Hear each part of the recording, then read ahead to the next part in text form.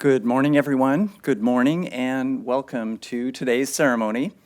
I'm Michael Shiosaki, your MC and Parks and Community Services Director.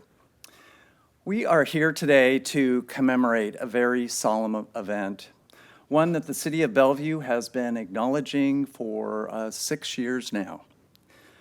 Transgender Day of Remembrance honors the transgender lives lost to violence every year. We come together today to mourn those lost and to hope for a better future. Issues of diversity, equity, and inclusion impact all of us in so many different ways on a daily basis. However, Transgender Day of Remembrance is somber and a striking reminder that this work has real life and death consequences. I know that our commitment to justice for all is not something we do to make ourselves feel better or to signal that we care, but rather something we know we must do because we believe that all in our community deserve to live safe, happy, and healthy lives. As we know, anti-trans sentiment is alive and well, with hundreds of harmful anti-trans bills sweeping across our nation. I am so proud of the work we do at Bellevue to create a culture of belonging both inside and outside of City Hall. But for those who are most on the margins, our continued and active commitment to diversity, justice, and inclusion is just that much more essential. I am thankful to our colleagues who are here today who have committed much of their time and energy to events and programs like this that move our shared work forward. Today, we are honored to have with us a local advocate from the transgender community. Jen Hernandez, often doing work as Jen Delari, has been involved in the Transgender Day of Remembrance for more than 20 years, helping gather the names of those killed and running the Transgender Day of Remembrance webcomics project, and she runs 2 webcomics, one of which, Closet Space, is a transgender-based comedy. And Jen is currently serving on the cultural committee with the City of Duval. In addition to sharing with us some of her own lived experience, she will also do us the honor of reading a letter written for today's event from Gwendolyn Ann Smith, who founded the Transgender Day of Remembrance in 1999. I am pleased to welcome Jen Hernandez to speak with us.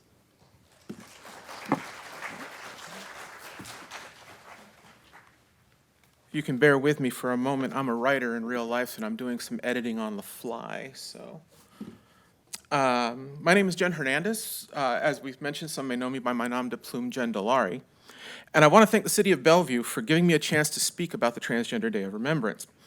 I do have, like I was mentioned, a letter from Gwen Smith. She's an old friend of mine. I met her before she started the Transgender Day of Remembrance, and I've worked with her on this. I'll go ahead and read that now. Greetings and warmest regards to Bellevue, Washington. Thank you also to Jen Hernandez for reaching out to me today so that I may present this to you today. A quarter century ago, a black transgender woman by the name of Rita Hester was found murdered in her own apartment in Allston, Massachusetts. The case surrounding that death has languished for years and will likely never be solved. It was in her honor, as well as to chronicle the sheer number of other murders, that I began the Remembering Our Dead project. It remains my hope that we shall never forget our losses, and more than this, we will someday see our murders be a thing of the past, rather than a part of an inevitable future. In 2023, we have seen more than 24 known cases like that of Rita Hester, where a person has been murdered due to anti-transgender hatred and violence. Over half of these cases involve black trans women of color, and nearly 90% being people of color. They joined the hundreds killed worldwide in 2023 and the thousands like Rita Hester that we know of in the last 25 years. This year, in particular, transgender people have been cast as the villains, painted as rapists and predators seeking to corrupt our youth. Our rights are routinely under threat as state houses across the US, not to mention the governments, such as the UK and elsewhere, seek to remove transgender people from our lives and their livelihoods, and do their level best to outlaw even the slightest care for transgender people.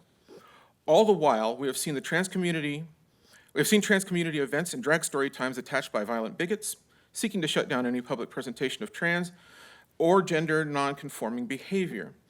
Even large corporations have been affected, as Target was forced to remove materials from their store after facing violence against their employees.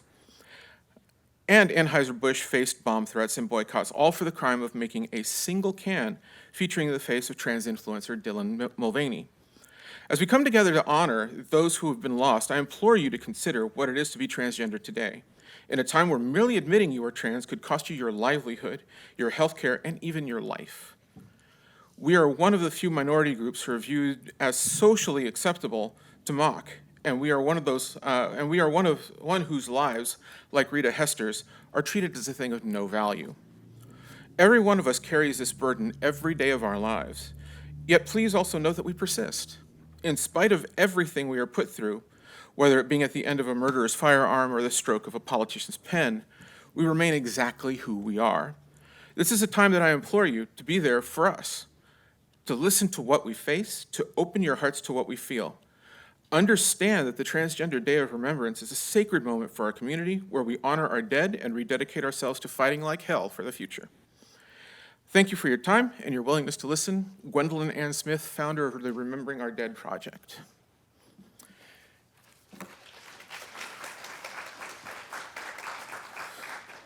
So it's been a while since I spoke about spoke in public about the Day of Remembrance, and it's been over a decade, honestly. And I hope if I never ever have to speak about this again, I would consider that a success, because that would mean there would be no more names to memorialize. While I haven't been an active member of late, as I prefer younger voices who are living their lives right now to speak their own truths, I've been involved with the transgender community since the mid-90s. I've seen the Day of Remembrance start as a small personal affair in San Francisco to becoming a nationwide, then worldwide vigil for those of us who have died. In 2002, I went to a vigil in Austin, Texas, run by the Transgender Education Network of Texas group there. It got me thinking that I felt I wasn't doing enough on my end, but I wasn't sure what to do. It wasn't until a few months before the 2004 Transgender Day of Remembrance event that Crystal Frazier, creator of the transgender webcomic Venus Envy, and I, who ran a transgender webcomic closet space, as you heard, decided to create a virtual vigil using our webcomics. Originally, we planned it to just be a simple crossover between our two strips. Instead, it grew quickly over the years to include many other comics. While it ran, I helped research the names of the killed, advertised vigils across the country, and did what I could to spread a very important message, that message being, we are being killed. The Transgender Day Remembrance webcomic project ran for many years before it was passed off to a friend who's continued it for some time. As much as I hope and pray that we will never, ever need another vigil again, I am glad that they continue. The vigils provide a place where the lives that are taken continue to mean something. The grief of those left behind can be expressed, and the rage of the community can be directed towards never letting this happen again. The names on our lists that we know of sorry, I told you I was going to do editing on the fly. The names on our list that we know of were people, friends, confidants, and lovers, but there are no doubt many more deaths that we don't know about who are also just as important to us and others.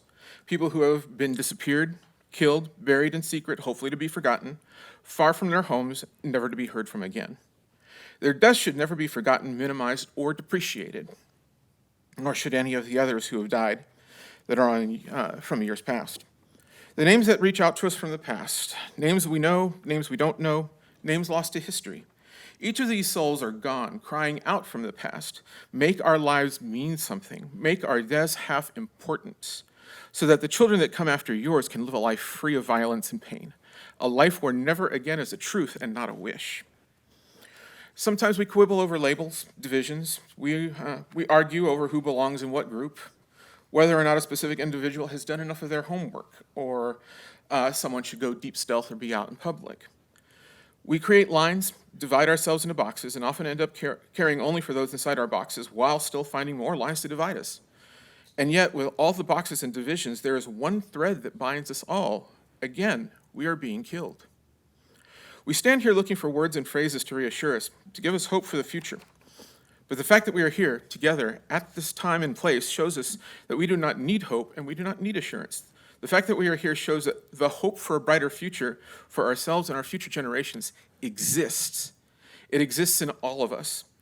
That together we care enough to say, this ends now. As we stand here in defiance, there are other fights we must wage. The fight against the loss of our hopes, the fight against our adversity, of arcane laws, and even our deaths. Our fight against the loss of our dreams and the dreams of every person on every list. The fight against the loss of who and what we are. We must never forget, in the face of violence or stupidity or arrogance, that we are who we are and who we must be. And again, through all of that, we must never let hope slip through our fingers. We are here because we must never give up the fight and we must soldier on, whether there are 1 million people behind our words or just one. When this day ends and we all go back to our everyday lives, everyday lives, do not forget the names here. Remember that they died living their lives to the best of their abilities.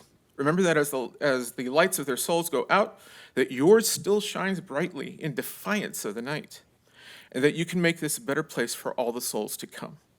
Because each candle extinguished brings the night ever closer, and each voice silenced quiets the choir. Thank you for your time.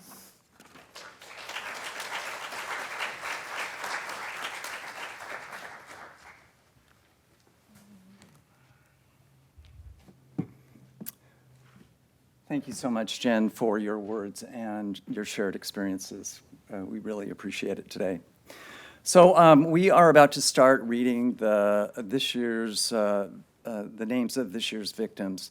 Before we do that, I'd like to share a little context and a bit of history with you, and I appreciate you all being lined up and ready to go.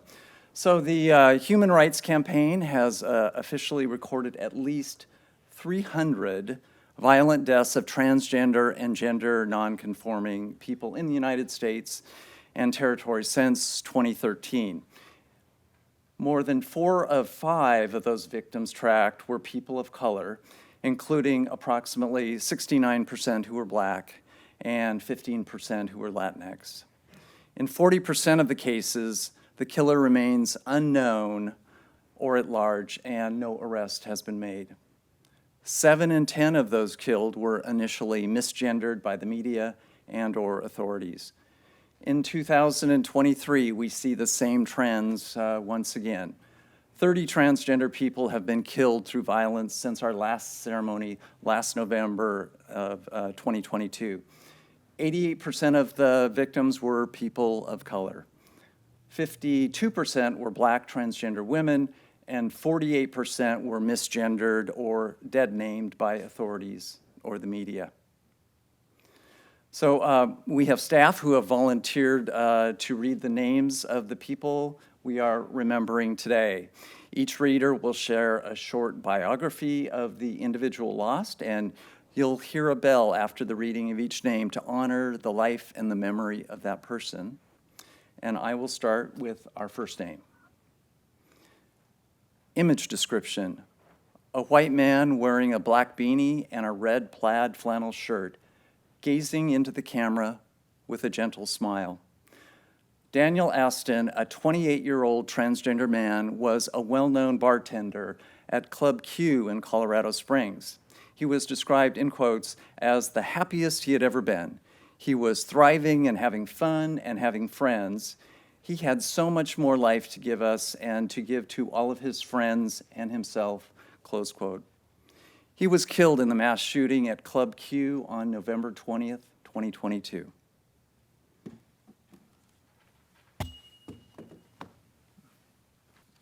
Image description: a woman with long blonde hair, striking eye makeup, and serious expression looking into the camera. Kelly Loving was a 40-year-old transgender woman who was killed in the Club Q mass shooting in Colorado Springs on November 20th, 2022. She was described as loving, always trying to help the next person out instead of thinking of herself, just a caring person. She was a tough woman. She taught others how it was to be a trans woman and live your life day to day. Image description: a black woman wearing sunglasses with an American flag design, along with blue and white flowers in her long black hair. Jasmine Starr Mack was a 36-year-old black transgender woman. She was described as a sweet person who loved to sing gospel songs and was an excellent actor. She was killed in Washington, D.C. on January 7th, 2023. Image description. A woman with shoulder-length dark hair and gray shirt gives a slight smile as she looks into the camera. Casey Johnson was a 27-year-old transgender woman. She is remembered as being kind and caring. She was killed in Wilmington, North Carolina on January 14th, 2023, after being declared missing on January 13. Image description. A Latina woman with long curly black and brown hair and striking makeup, including long eyelashes and red lipstick. Unique Banks, a 21-year-old Latina trans woman, was killed in a mass shooting along with her mother on January 23rd, 2023 in Chicago.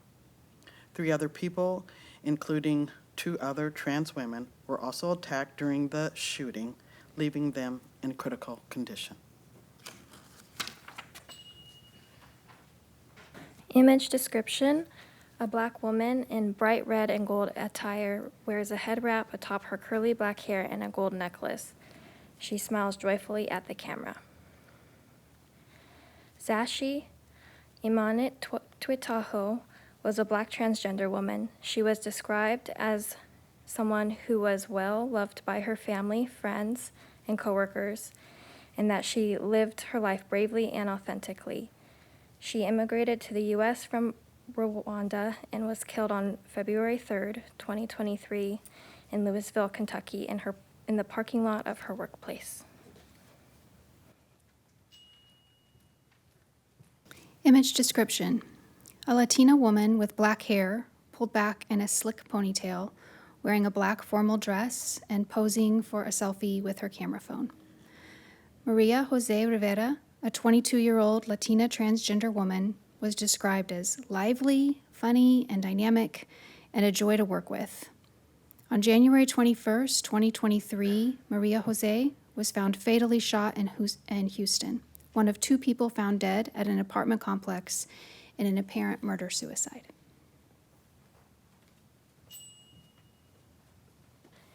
Image description. A black woman wearing gray shorts and a gray t-shirt, smiling at the camera in front of a black sedan. Shashay Henderson was a 31-year-old black transgender woman.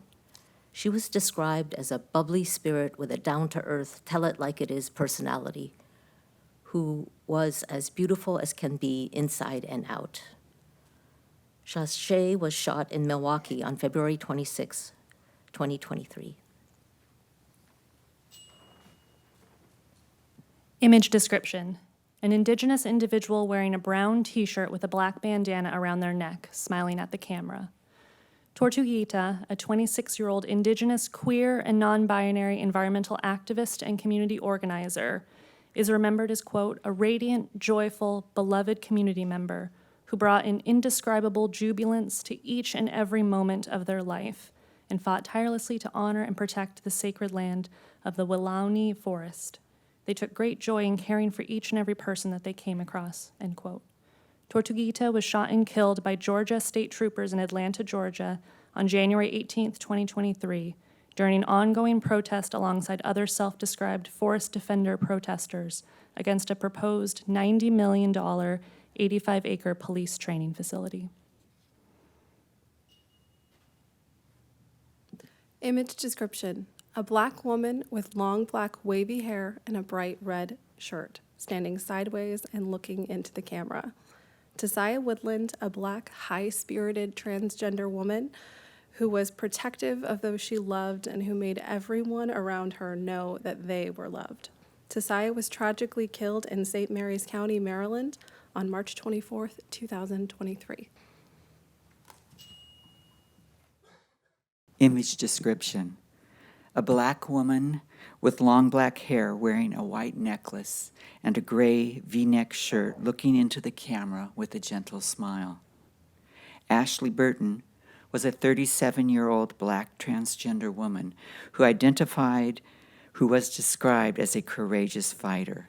Her brother Patrick praised her authenticity as a trans woman, saying, "The way my sibling moved in life, it was take it or leave it. This is how I am. You can respect it or neglect it, but Ashley put it out there, and let that person know it's not going to be a secret." Ashley was killed in Atlanta, Georgia on April 11th, 2023. Image description: a black woman with long black hair, wearing a tan shirt with crescent moon prints, smiling at the camera. Coco Dodal was a 35-year-old black transgender woman, a successful rapper who was working on a new music, and starred in the barrier-breaking, award-winning Sundance Film Festival documentary, Kokomo City. Tragically, Coco was found shot to death near an Atlanta shopping plaza on April 18th. Image description: a black man wearing a yellow ball cap, a yellow hoodie, and a nose and eyebrow piercing, smiling at the camera. Banko Brown was a 24-year-old black trans man who was remembered as being brilliant and as someone who made everyone laugh. Banko worked as a community organizing intern at Young Women's Freedom Center, where he was described as making friends easily and connecting deeply with others. On April 27, 2023, he was killed by an armed security guard at San Francisco local Walgreens store in an altercation.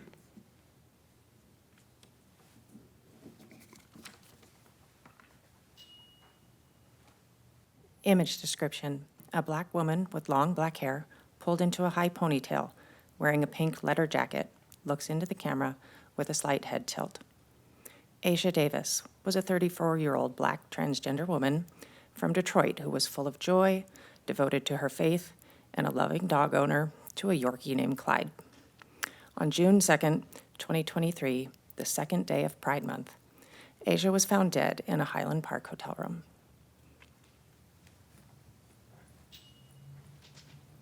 Image description: a Puerto Rican woman with long black hair and striking makeup gazes off camera.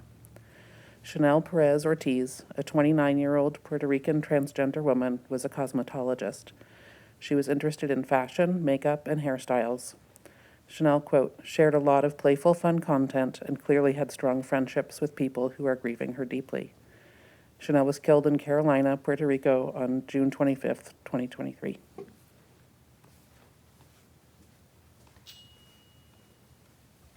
Image description: a white man in glasses and a work uniform including a cap, button-up shirt, and a black apron looks directly into the camera. Jacob Williamson, an 18-year-old transgender man, worked at a local Waffle House and was beloved by coworkers and had even moved in with one of them about a month prior to his death. Jacob loved to sing and draw. Jacob was killed in Monroe, South Carolina on June 30th, 2023.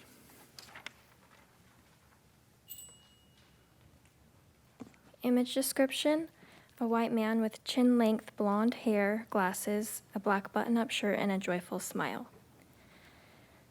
Camden Ryder, a 21-year-old transgender man, was 8 months pregnant at the time of his murder, which occurred on July 21st, 2023, outside his home in Winter Park, Florida. Camden had recently posted on Facebook about how excited he was to welcome a child into the world. According to news reports, Camden was killed by his partner during an argument.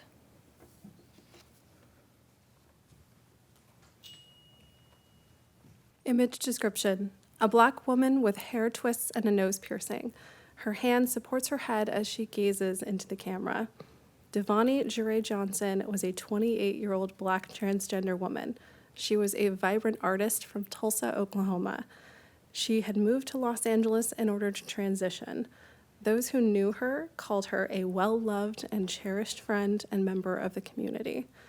Devani was shot and killed on August 7th, 2023, during an altercation with a security guard.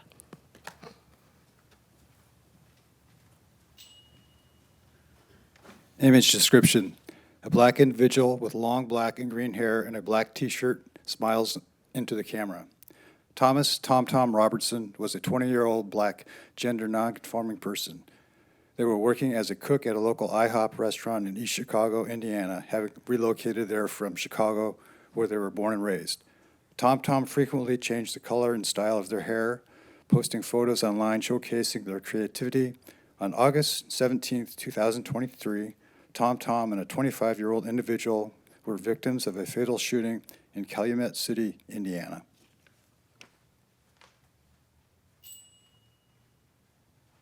Image description. A black individual wearing a black vest and a yellow headphones working a DJ mixing table. Yoko was a talented non-binary artist and DJ. Yoko loved their family and their friends who remember Yoko as an exceptional, joyful, absurdly talented, and extremely loving and gentle human. Yoko's work included modeling, tattooing, murals, publications, solo showings, curating art shows, and doing live works for different shows and events. Yoko was killed when they were struck and killed by a driver of an SUV on September 19th, 2023. The driver fled the scene.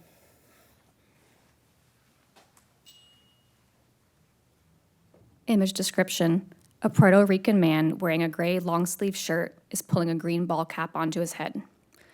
Luis Angel Diaz Castro was a trans man from Puerto Rico. He studied at the Universidad de Puerto Rico in Arecibo and worked at the Department of Education. He also loved Latin music. At just 22 years old, Luis Angel was tragically murdered on August 12, 2023, in San Juan, Puerto Rico. The person accused of killing Luis Angel is in police custody.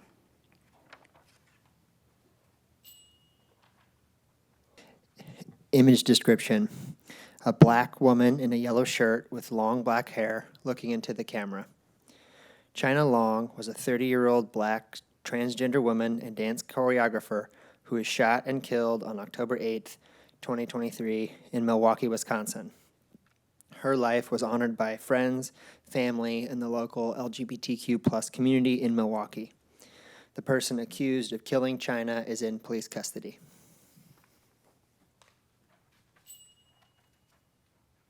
Image description. A Latina woman with long black hair and large hoop earrings smiles at the camera. Sherilyn Marjorie was a 34-year-old Latina transgender woman and drag performer who one friend remembered as, quote, the best impersonator in Tijuana, my second Edith Marquez, end quote. She was beloved by her local LGBTQ+ community in Albuquerque, New Mexico, where she was killed on September 17th, 2023. A suspect, Sherilyn's former intimate partner, has been charged with her murder.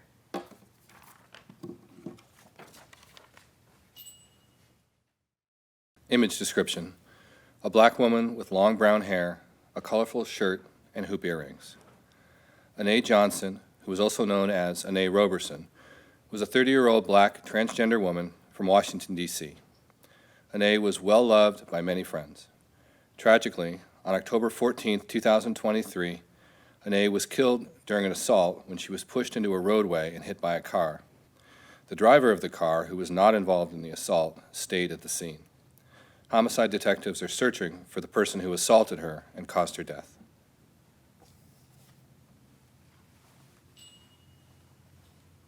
Image description. A black person with sunglasses on their forehead and a black t-shirt looking into the camera with a serious face. Dominic Dupree, who was also known as Dominic Palace, was a 25-year-old black non-conforming gender person from Gary, Indiana. Tragically, Dominic was fatally shot in Chicago on October 13, 2023. Homicide detectives are currently investigating. Image description. A black woman with long black hair, a large gold necklace, and bright pink lipstick smiling at the camera. Lisa Love, a 35-year-old black transgender woman described as funny, smart, beautiful, and a breath of fresh air to this world. A loving, caring, free-spirited person, always smiling and laughing. Lisa was fatally shot on October 17, 2023, while walking home from a friend's house. An investigation of the shooting is ongoing. Lisa's family members believe it was a targeted shooting.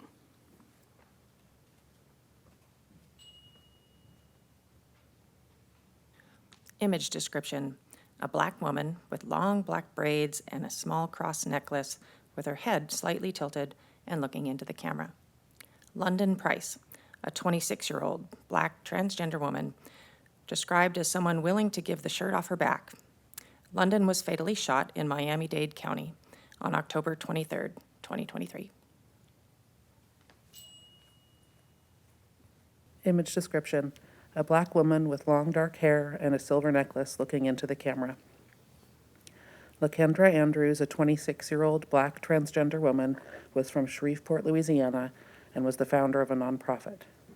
According to PGH Lesbian Correspondence, LaKendra was, quote, interested in cooking, drawing, dance, baking, and music. She was a fan of Nicki Minaj. LaKendra was fatally shot on April 29th, 2023 in Dallas, Texas, and was initially misgendered in news reports.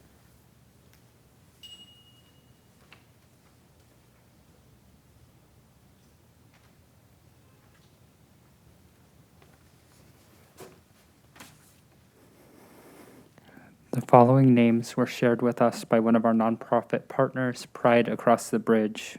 Both are victims who lived in our local Greater Seattle community. Image description: a lit candle. Kai Cooper, age unknown, was a veteran living in the Greater Seattle area. They loved Dungeons and Dragons, had 4 children, and are survived by their loving wife.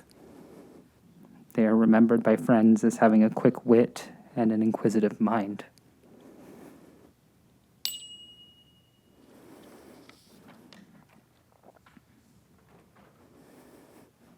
Image description: a white trans person in a marching band uniform looking up towards the stadium stands. Alice Olin, age unknown, was a trans person and a high school senior in Duvall, Washington. She loved music and dreamed of one day marching with the Seattle Cascades Drum Corps after spending a summer on tour with the organization.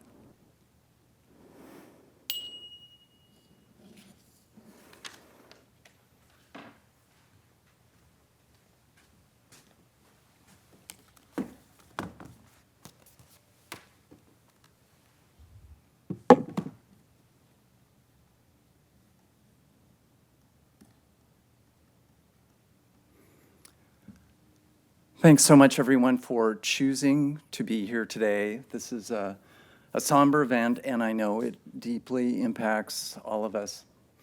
I encourage us all to do something to support ourselves and each other. For anyone who is looking for further support, we have 2 managers from our CARES team who are available in room 1E112. They are professional health, mental health care professionals, and they're available to speak right after this event in, once again, 1E112. So going forward, you can continue to engage in diversity, equity, and inclusion work in multiple ways here in the city. Join one of our employee resource groups if you're not a part of that already. Become a diversity liaison, or join your department's DEI team and continue your commitment to learning through events and programs like this one. I want to thank everyone who worked to put together today's event. A round of applause, please. And thank you again. I wish you all a safe rest of your day.